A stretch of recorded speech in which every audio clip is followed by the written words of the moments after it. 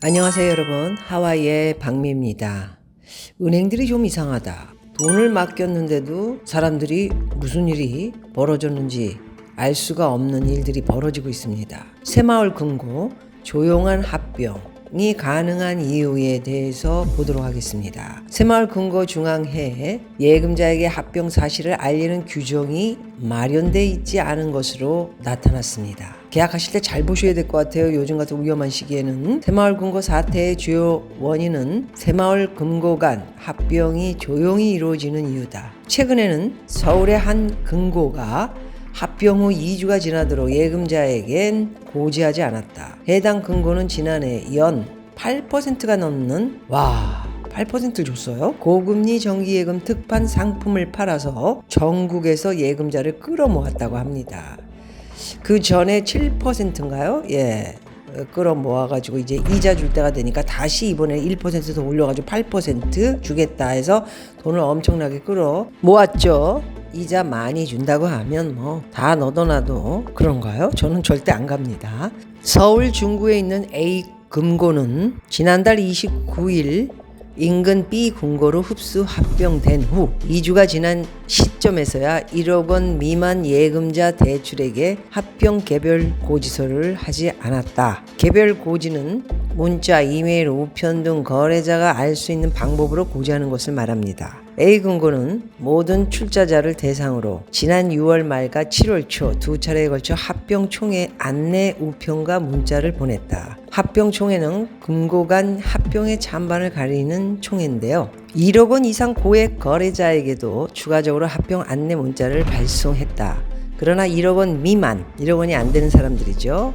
예금자 대출자에겐 개별적으로 합병 사실을 알리지도 않았다. A금고는 새마을 금고 중앙회를 통해 1억 원 미만 거래자에게도 두 차례에 걸쳐 전산 합병 안내 문자를 보냈다고 해명을 했지만 해당 문자에는 합병 내용이 아닌 전산 시스템 업그레이드 작업으로 금융 서비스가 일시 중단될 예정이라는 내용이 담긴 참 거짓말을 해도 어떻게 정말 나쁜 놈들이네요. 정신도 똑바로 예금하시는 분들 정신 똑바로 차리셔야 될 것 같아요. 자, A금고의 총 자산은 2,368억 원 규모로 아마 집계가 됐었던 금고인 것 같습니다. A금고는 지난해 10월 6개월만 가입해도 연 8.01 금리를 제공하는 정기예금 특판 상품을 선보이며 전국적으로 예금을 예치했다고 합니다. A금고가 1억 원 미만 거래자에게 합병 사실을 고지하지 않은 것은 별도 규정이 없어서로 풀이된다. 새마을 금고법과 관련 규정에 따르면 개별 금고는 합병이 결정된 후 예금과 대출이 다른 금고로 넘어갈 것이라는 내용의 채권자 공고를 내야 한다. A 금고는 규정에 따라 홈페이지를 통해 채권자 공고를 올렸다. 정말 이게 법적으로 빠져나갈 거는 짝짝딱 해고요. 사람들이 뭐 어떤 일이 벌어졌는지 아무도 알 수가 없는 그런 일을 지들 직원끼리 하고 있는 것입니다. 하지만 이는 은행 내부 규정과 대비된다.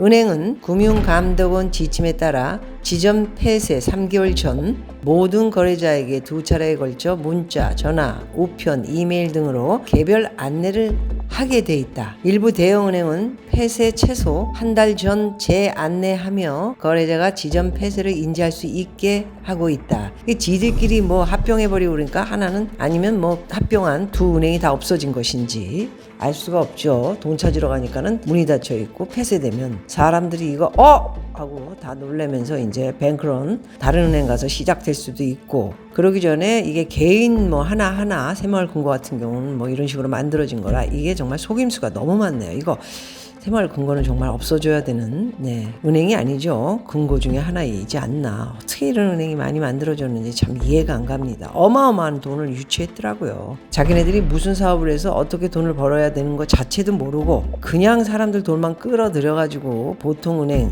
일반 은행, 우리가 거래하는 그런 안전한 은행보다는 이자를 많이 줘야 또 돈을 이곳에 맡기니까 뭐 은행 자체가 어떻게 돌아가는지 자체를 모르고 뭐 이자 많이 준다 그러면은 건설사, 깡패, 조직 뭐 이런데 뽀찌 좀 먹고 뭐 이렇게 돈을 주고 이런 사태가 지금 벌어져서 큰일 날 뻔했죠.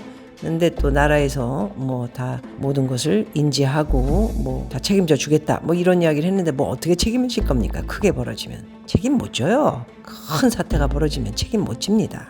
예. 앞으로 새마을금고 합병은 많아질 것으로 보입니다. 새마을금고 주무부처인 행정안전부는요, 전국에 1297개, 어마어마하게 많네요. 예.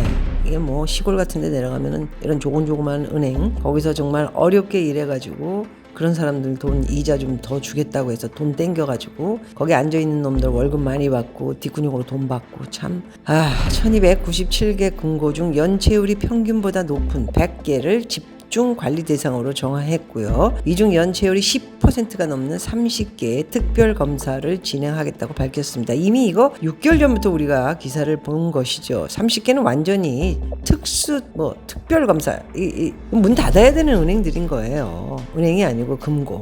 30개는 이제 망한 거죠.